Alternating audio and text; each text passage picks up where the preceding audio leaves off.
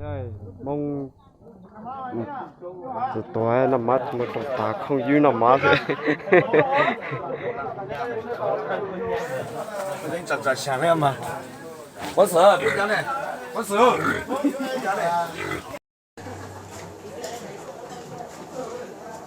Xí ha.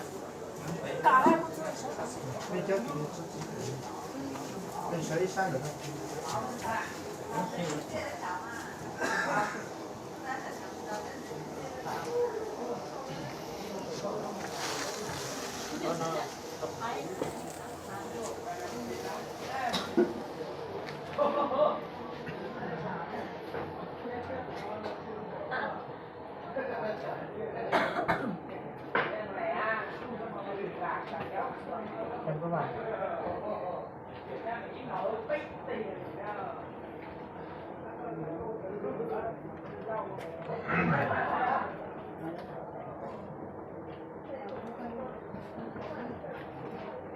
ơi, mấy hôm nay thì cháu đại diện cho nhóm Tân Sông Hồng Xuyên đến đây thì cũng được biết là em Thảo Mỹ Xả mất quay vì hoàn cảnh gia đình khó khăn.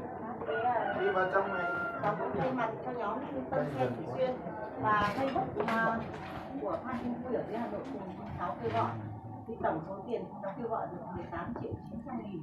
Thì hôm nay cháu đại diện cho nhóm đến đây trao số tiền đấy cho gia đình để làm mai táng cho em nhá. Em là đại diện cho gia đình và cho cháu xin cô ảnh nhá. Ảnh nhá.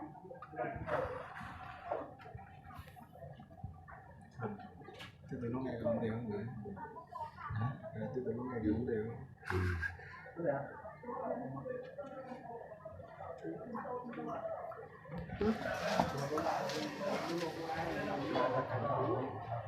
Để nói những câu không tự cao thì các bạn Đã cho tiền đâu.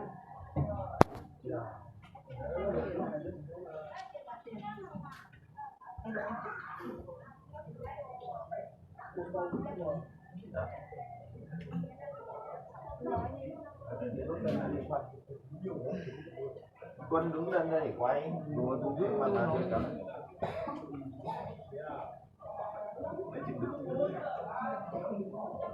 Không để cho người ta quay, còn này nó quay ấy. Đứng đây tí đã đấy.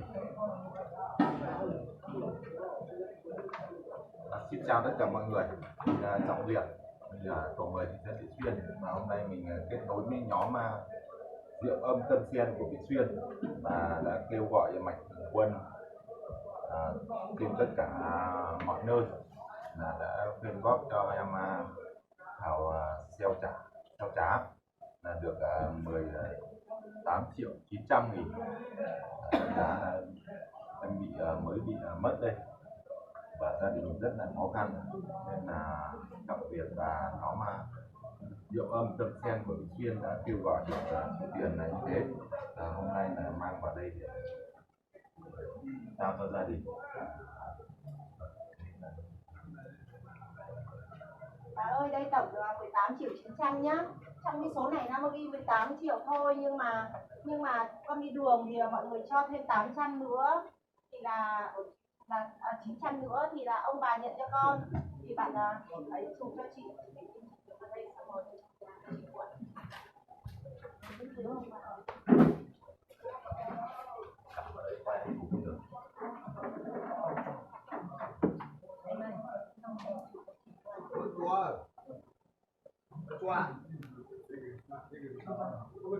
Trong cái số 18.900.000 này thì có 4.300.000 của nhóm Phan Thanh Vui ở tại Hà Nội kêu gọi cùng nhóm để trao cho em Thảo Mỹ Xả. Chúng con đến đây để trao số tiền này cho ông bà để ông bà lo hậu sự cho cháu nhé. Thì đặt Phật cháu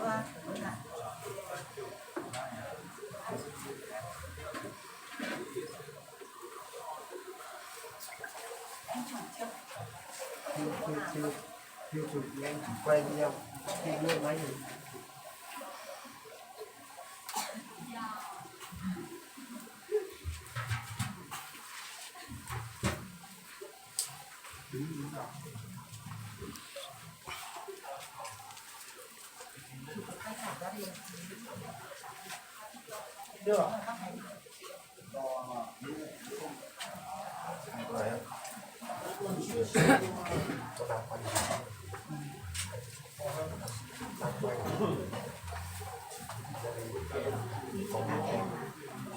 cắt được đoạn đấy phải đang quay một lúc luôn đoạn đầu đoạn đẹp đứng đây mình quay con tự chụp góc ít quay rồi con tự chụp góc nói liền luôn đấy đứng ra đây mình quay về thằng trước mà chỉ được đứng ra cái đứng nhìn thấy chị quay đoạn trước đoạn giữa thì này cam đi quay người ta phải biết cái đứng gì có chụp cái góc được không xong biết người ta quay Đâu, lúc nào cũng là một câu quà. nó muốn nhớ xài đi cửa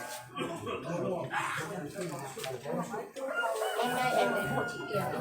Tổng số này là 18 triệu 900 nghìn. Đây có khăn đi đu được. Và ông bà ơi cho con xin chụp bộ ảnh này vì là con kết nối với bạn ở Hà Nội thì bắt buộc con phải có một chút để con đưa để cho bạn tri ân mạnh thường quân vào nhé. Trong cái 18 triệu 900 này thì có 4 triệu 300 này rồi nhé. Cái này có riêng.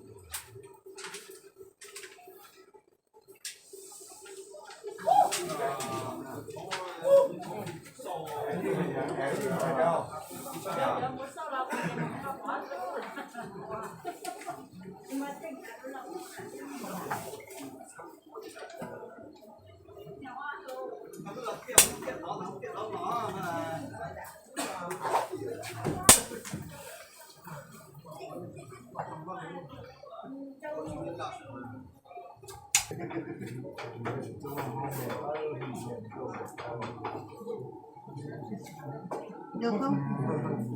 Đủ chị em. Trong cái số 18 triệu 900 này có 4 triệu 300 nghìn của nhóm Phan Thanh Vui. Mang đây chị để Kêu gọi để cho nó công khai. nhóm. Đâu? Bà này. 1 triệu Không, không đếm như thế để này. đây cho bạn này bạn đếm. Bạn đã đang đếm không được này. 1 2 này. 3 này. 4 này. Ô, cứ để cho bạn đếm thôi chị ơi. 5 này. Bà 6 không này. thấy đâu. 7 này. 8 này. 9 này. 10 này. Chỗ này thừa nha 500 rồi em ơi. Em đây thừa 500. Để cho bạn ấy bạn xin. phải đến nhân đúng số tiền thế là được. Đủ cho em. Đủ chưa? 900. Em đếm lại cho chị quay một tí nhé. Em đếm giả vờ thôi cho chị quay để chị nói của Phan Thanh Vui ấy.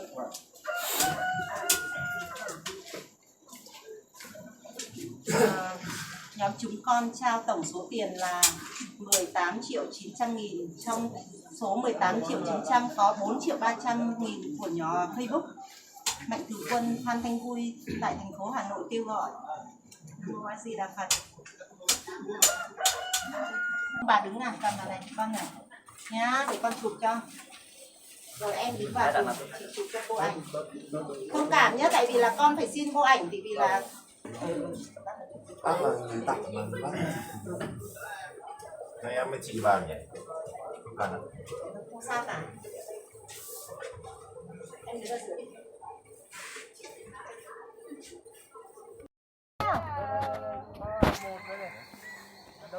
Bạn nào vừa trưởng mình nhỉ? Là mình về tiếp đi.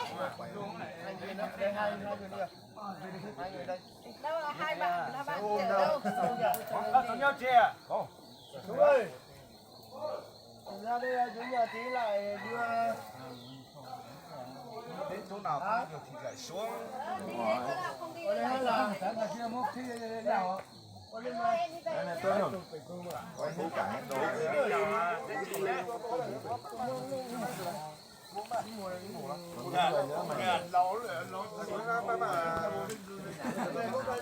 Đúng rồi, bạn nào tay lấy khỏe khỏe đi ơi. Không là chị Thảo đi là chị Thảo hơi bị run run. Đúng rồi.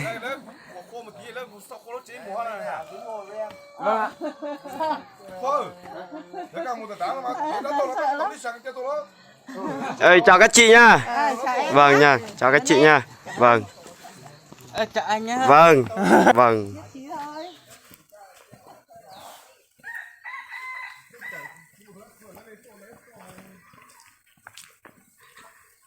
Để cho bên từ thiện nó mới biết bảo là các bác mới biết bảo là ở trong này khó khăn như nào ấy.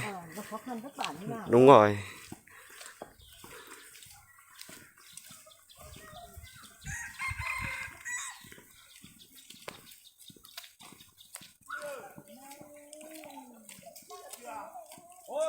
Check nhá, phải kêu ở bên này mà.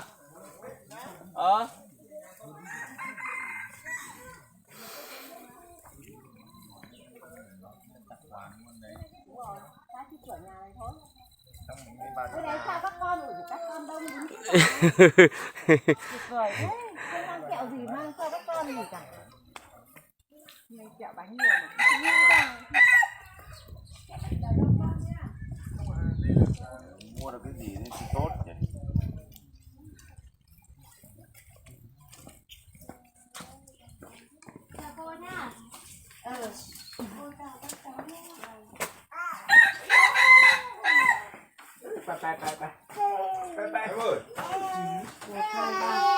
Chú vào nhà chú. Ở đây đi ra đây. Các quái cái cua thụt lan tàu giá nó chờ đến tổ nào. Giờ tôi lọt lọt cho giá lấy tua. Đây là Video này. em cũng là con hay là cái gì ạ? Đây là em cả. Em vừa nãy là em út. Bà mẹ cái kia.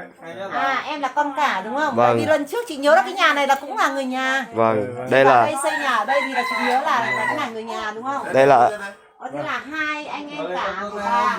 vâng, đúng rồi, đây là hai anh em cả của bà. Con nuôi của chồng. Đây là con của chồng ấy. Con của chồng. Đấy. Vâng, đúng rồi. Này viết thằng bé bên kia, thằng bé bên kia mới là con ruột của bà. Là em bé nữa à? Lần trước vào đây Thu- Huyện Vị Xuyên tỉnh Hà Giang. Đấy, tên là gì nhỉ? Em bé phải không? Hôm nay em vào đây trước tiên là bà đi đám ma ở đây là nhà em cũng rất hoàn cảnh. Cho nên là hôm nay em không biết mua gì thì anh em tặng em 200 nhé. Để em làm quà mua cái gì cho con cái ăn nhé. Thôi thì đường đi nó khó quá nên em không biết mua gì đâu. Thì anh cho em 200. Mua cái gì cho gia đình ăn uống hàng ngày nhé. Uống nước này. Vợ kia kìa. Vợ đang bế con kìa. đây cho lẫn vào cùng 100 nữa này. Đúng rồi. Nhá. Nó không có nhiều đâu, có ít gọi là mừng tuổi. Các cháu gọi là mừng tuổi để Mấy con đây à? thế còn một con cao là ha. Không có ngồi Ừ. nó mảnh téo. Nó mảnh téo.